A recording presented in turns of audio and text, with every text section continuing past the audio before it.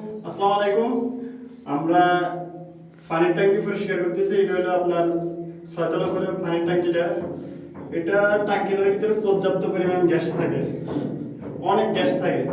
এখানে কেউ সিগারেট খেতে পারবেন না, সিগারেট খেলে এখানে আগুন ধরে উঠবে। তারপর আপনারা ঢাকনাগুলো খোলা রাখবেন, মানে পানির ট্যাঙ্কিগুলো ঢাকনাগুলো খোলা রাখবেন। যারা নামবেন খোলা রাখলে, আধা ঘন্টা খোলা রাখলে গ্যাসগুলো বের হয়ে যাবে। এবং মনে করেন একটা অ্যাডজাস্ট ফ্যান দিলে মনে করেন গ্যাসগুলো আরো তাড়াতাড়ি বের হবে। আপনারা অবশ্যই গ্যাস পাস করে তারপর ট্যাঙ্কিতে নামবেন। এরকম অনেক দুর্ঘটনা ঘটে পানির ট্যাঙ্কির ভিতরে বা সেফটি ট্যাঙ্কির ভিতরে যারা নামে, বা সেন্টারিং খুলতে যায়, মানে গ্যাস এগুলো আগে ঢাকনাগুলো খুলে নেবেন। সেন্টারিং খুলতে যায় এখানে গ্যাস জমে। তারপর আমরা এখানে পানির ট্যাঙ্কিগুলো ভালো মতন পরিষ্কার করে নিতেছি।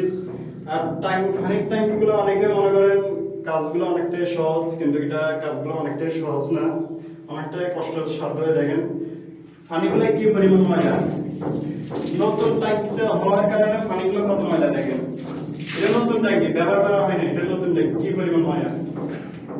আর এগুলো খেলে তো কিডনির ভিতরে তো সমস্যা দেখা দিবে। আচ্ছা রাখ।